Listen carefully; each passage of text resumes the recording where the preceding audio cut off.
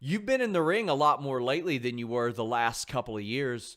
Why was there I don't want to say the big break because you were still wrestling here and there. Like you wrestled Bully Ray. I know you did some MCW Ring of Honor stuff as well, but you had scaled back your in-ring for quite a while. Yeah, they signed me to an exclusive contract, Ring of Honor, and the exclusive contract at the time was first for wrestling, and then I guess a year in, I was doing commentary a lot, and commentary got moved around. What's his name? Colt Cabana Oh went yeah. on, and so right, and so I was offered the lead color position, and I took it. And I was under an exclusive contract, so that kind of kept me from wrestling anywhere else, and I was just doing commentary. And so I didn't wrestle for a while, and I couldn't wrestle anywhere else. And then we were in a meeting one time, and I was part of creative, and it was like, "Oh, Caprice, we could put you in this match here." And I was like, "Oh, that'd be great, but just know it's been 4 years since I've been inside the ring, because you made me exclusive." Yeah. And it was like, "Well, oh, okay," And so after that, they say, I can kind of get back on the indies to kind of, keep the dust off the cake, and so I jumped back in, head first, man. And I love it, and I've always loved it. And then they kept me on commentary, and I still love commentary with a passion. I thank God for that transition that a lot of people don't even get, And so to have that transition in place is phenomenal. But I always loved the ring as well. And so to be able to do both, I feel to be that versatile and to be able to do both at a high level, it's a gift.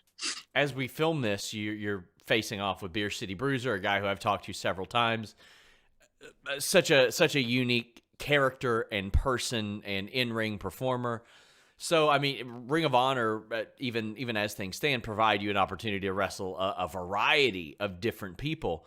What's it been like for you getting back in the ring specifically for them?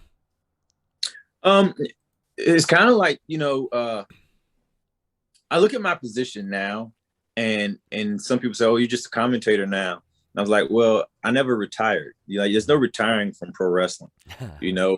So I just moved. I transitioned to a place because I was offered a job, and my thing is, I'm like, well, you look at me and you say, well, I'm just a commentator, but I feel that I'm a king sitting on a throne, literally paid to scout my competition. Yeah.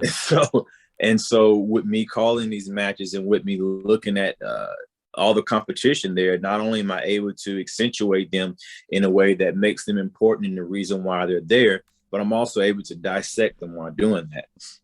And so I think that gives me an advantage from outside in, because I already know who I'm facing. I know their move sets. I know what they're capable of. I know their strengths, and I know their weaknesses as well.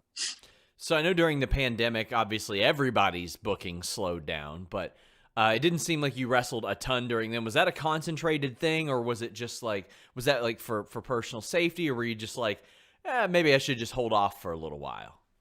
I was never in a rush. Wrestling to me was when I came back was really to stay in ring shape. Mm-hmm.